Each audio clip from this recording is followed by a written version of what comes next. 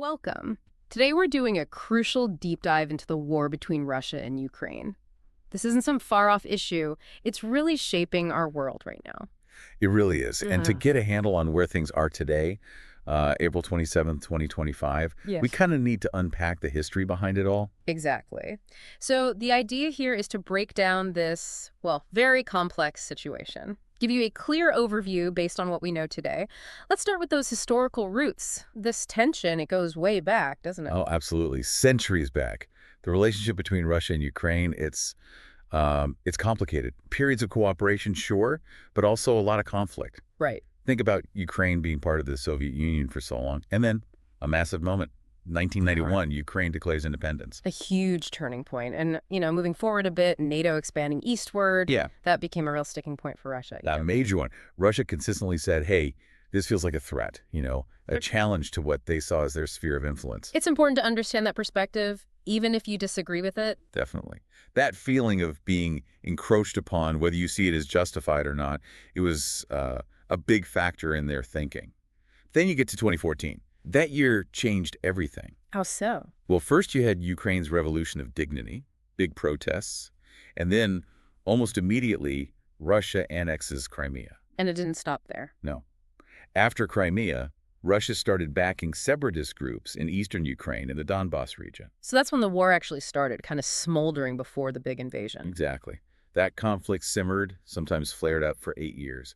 Then came February 24th, 2022. The full-scale invasion, a massive, shocking escalation. Devastating.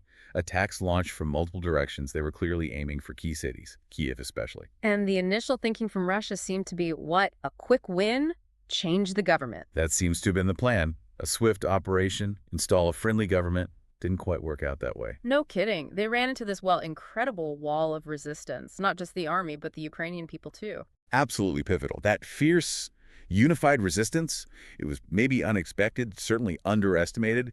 It completely changed the course of the war. So Russia had to change its strategy. It appears so. Hmm. They seemed to recalibrate. The focus shifted more towards consolidating control over the territories they'd already occupied in the east and south. Like they realized taking the whole country wasn't going to happen quickly, or maybe at all. That's how it looks, yes. A shift to more, perhaps, achievable objectives from their point of view. Which brings us closer to today, April 27th, 2025. It's still incredibly active, right? The fighting. Very much so. The main front lines are still concentrated in the east and south, but it's dynamic. Things change fast. And getting reliable information is tough. We see conflicting reports constantly. Constantly. For example, Russia recently claimed they'd fully retaken the Kursk region after, well, what they call the Ukrainian offensive there. But Ukraine immediately pushed back, said, no, that's not true. Right. It just shows how difficult it is to verify claims in real time. Information itself is part of the battlefield. And are there other hotspots? Any reported shifts on the ground? Well, alongside the Kursk situation, there are reports suggesting Ukrainian forces might have made some advances near Kursk. Again, details are contested. It's just this constant back and forth, very volatile. That's the word for it. Volatile. Yeah. And adding another layer, a really notable one, is this confirmation about North Korean soldiers. Right. Russia acknowledged they have North Korean troops fighting with them in Kursk. What does that signal, do you think? It's significant. It could point to manpower issues for Russia, maybe eating extra bodies on the ground. But it also has bigger geopolitical ripples, Right. suggesting closer ties between Moscow and Pyongyang. Raises questions. Definitely raises questions. And meanwhile, amidst all the military stuff, the civilians, they're still suffering terribly. Unbelievably so. We keep hearing about missile strikes, drone attacks hitting Ukrainian cities, and shelling continues in the occupied areas too. The human cost is just immense. Heartbreaking.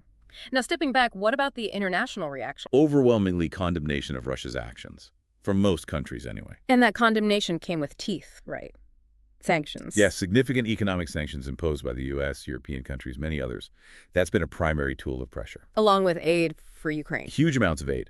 Military aid, financial support, humanitarian assistance. It's been flowing pretty steadily, especially from Western nations. Okay, so sanctions, aid. What about diplomacy? Any hope for talks? Efforts are ongoing, but let's be honest, progress has been very limited. The core disagreements are just too deep. What are those core disagreements? Fundamentally, it comes down to Ukraine's territory, what its borders should be, and its future security. How can Ukraine be safe long term? Very tough questions. But there was something recent from President Zelensky about a ceasefire. Yes, that was interesting. He indicated a potential readiness for an unconditional ceasefire, maybe as a first step, a starting point for broader talks. A potential opening. Yeah, Or maybe just tactical. could be either. We'll have to see. And you also have initiatives like this Coalition of the Willing, with France and the UK involved, trying to sketch out a path to lasting peace. So efforts are being made, but the fundamental roadblocks, territory security, they're still massive hurdles. Absolutely. Finding common ground there is incredibly challenging. Looking ahead then, it sounds like the future is still deeply uncertain. Very much so. And the biggest immediate concern has to be the ongoing humanitarian crisis. Millions displaced, needing help. That won't end soon, even if fighting stops tomorrow. And the wider impacts, geopolitically. Profound. This war is reshaping alliances, forcing countries to rethink relationships. It's a major geopolitical shift. We feel the economic ripples too, don't we? Energy prices, food supply. Definitely. Those are global consequences. Affects everything from your gas bill to the cost of groceries. It connects directly back to you, the listener. So achieving a real peace, a lasting peace, it's not just about stopping the shooting. Not at all. It means tackling those deep historical issues, addressing security fears on all sides genuinely, and figuring out the sovereignty question. Plus, you've got all these international players involved now, each with their own agenda. That complicates things further. Immensely. It adds layers and layers of complexity to finding any kind of resolution. Okay, so let's try to sum this up. As of today, late April 2025, we have a war rooted in a long, complex history. A devastating invasion shifted the conflict dramatically. The present is intensely fought, fluid, with international involvement deepening. Right, and the global response has been significant sanctions, aid, diplomacy. But a clear path to peace remains elusive. The human cost is enormous, and the future is highly uncertain. It's a situation that really requires us to keep paying attention to try and understand it as it evolves. Absolutely. It's critical for grasping the world we're living in and the challenges ahead in finding not just an end, but a just end to the conflict.